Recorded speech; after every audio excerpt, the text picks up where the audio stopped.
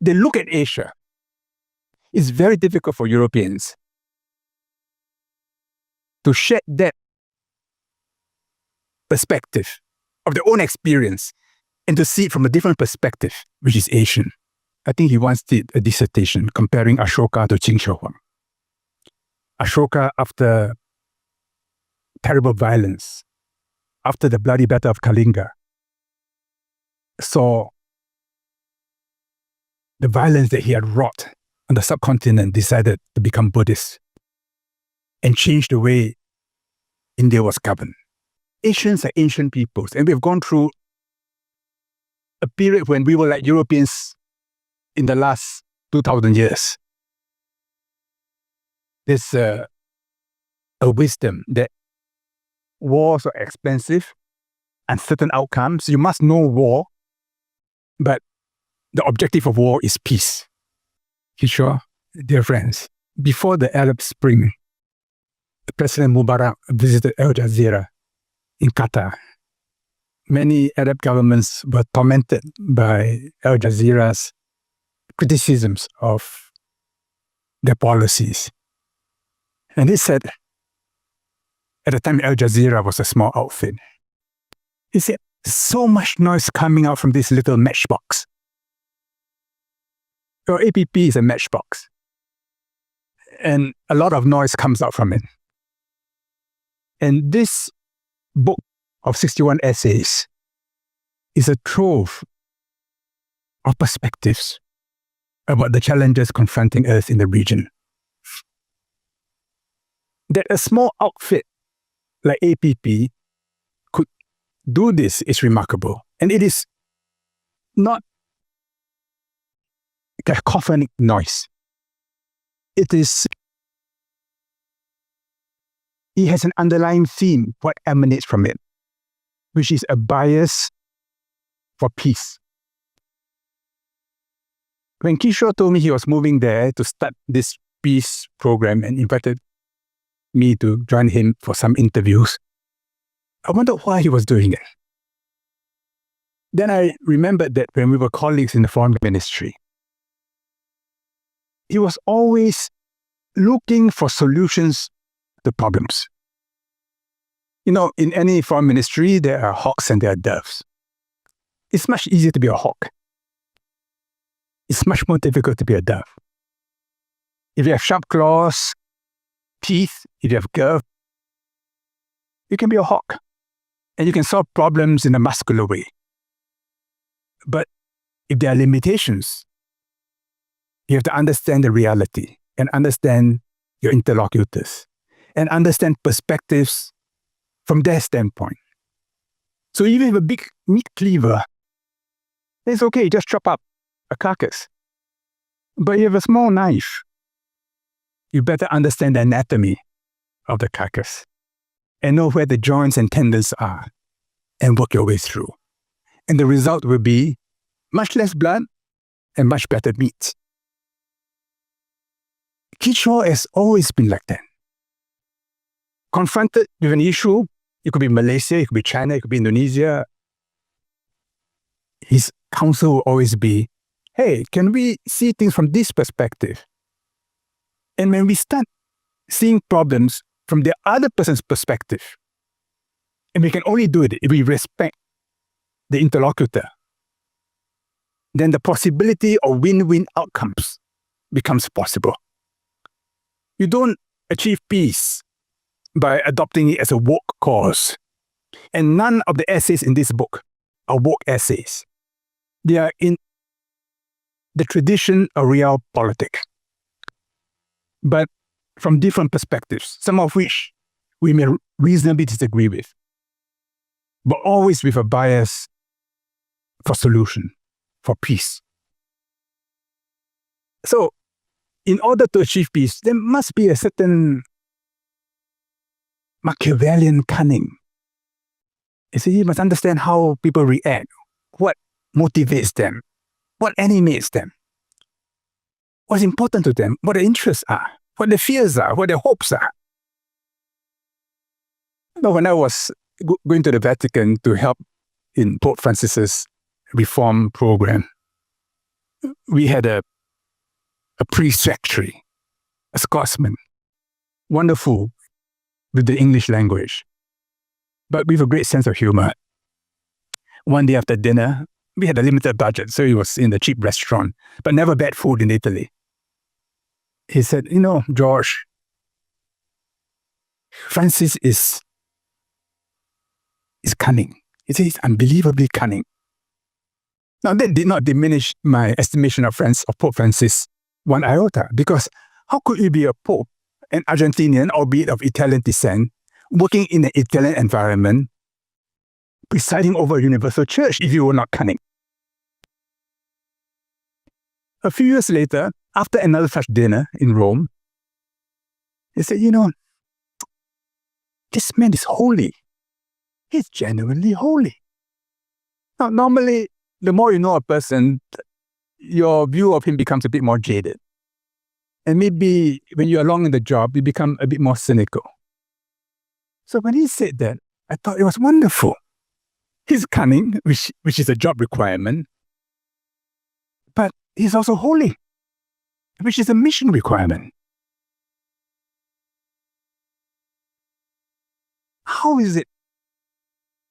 And this is a generalization, of course. How is it in Asia there's a bias for finding ways out of conflict? I think it's because of bitter experience. My friend Shiv Shankar Menon, many of you know him. I think he once did a dissertation comparing Ashoka to Qin Shi Huang. Ashoka, after terrible violence, after the bloody battle of Kalinga, saw the violence that he had wrought on the subcontinent, decided to become Buddhist and change the way India was governed. His contemporary, more or less, Qin Shi Huang, who unified China after centuries of bitter internecine warfare among 7 states, 5 states, many kingdoms, when armies marched up and down, slaughtering hundreds of thousands along the way. So both have learned that yes, you have to fight wars, but never revel in it. And however bitter, never demonize the other. Because when you demonize the other, then you become fearful, you become righteous. And out of self-righteousness arises the greatest evil. Those who are really evil never believe they're evil. They think they're doing right by the people. And a requirement of that is that you must begin to see the other as subhuman, as non-human. Because Asians are ancient peoples, and we've gone through a period when we were like Europeans in the last 2,000 years. There's a wisdom that wars are expensive, uncertain outcomes. You must know war, but the objective of war is peace. And the greatest achievement is to achieve your objective without having to go to war. So the art of war in Pingfa, Sun Tzu Pingfa, is that if you're a prince, you cannot not understand war. But the objective is peace. And the highest achievement is to be able to avoid having to use military force. But that requires you to be prepared for war all the time. So this is perhaps in the instinct, even between India and Pakistan. Yes, in India, Hinduism wants to go back to the pre-Mughal, pre-Islamic past. And in Pakistan, it is an Islamic entity. But when they meet each other in New York or London, they know they're one people, sharing a common culture. They don't really demonize each other. And so even when they fight, yes, to achieve victories, but in the end to achieve a peace, perhaps more more amenable to one side or to the other. So it is between India and China. So it is between Thais and Cambodians. When the recent conflict suddenly burst forth, I immediately WhatsApp a Cambodian friend and a Thai friend. I said, what's happening? It's ridiculous. And both parties agreed with me immediately that it was ridiculous. And I felt calm because it was a conflict which arose out of elite politics within Thailand and between Thailand and Cambodia. The European experience is different.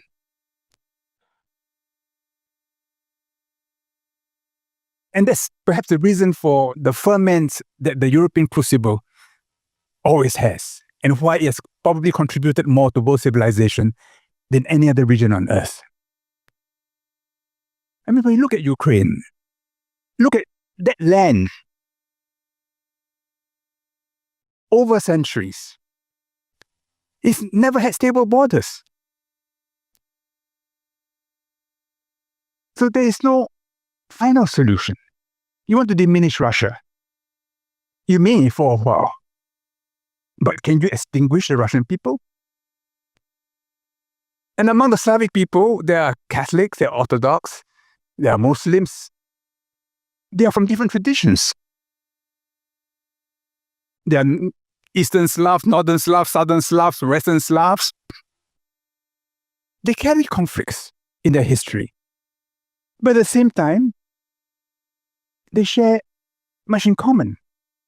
So when times are calm, they relate to each other as human beings. But when they're angry, like now between Russia and Ukraine, that poison will affect relations for at least one generation. But eventually, the longer past will come back. It will bring them together.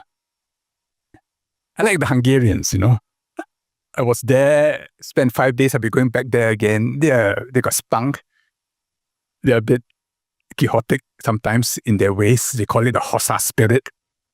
And they say, look, we have to live with Teutonic people, Slavic people, Italian people, and assert our own identity. So we have got to be strong and sometimes unreasonable. So Brussels cannot make them buckle.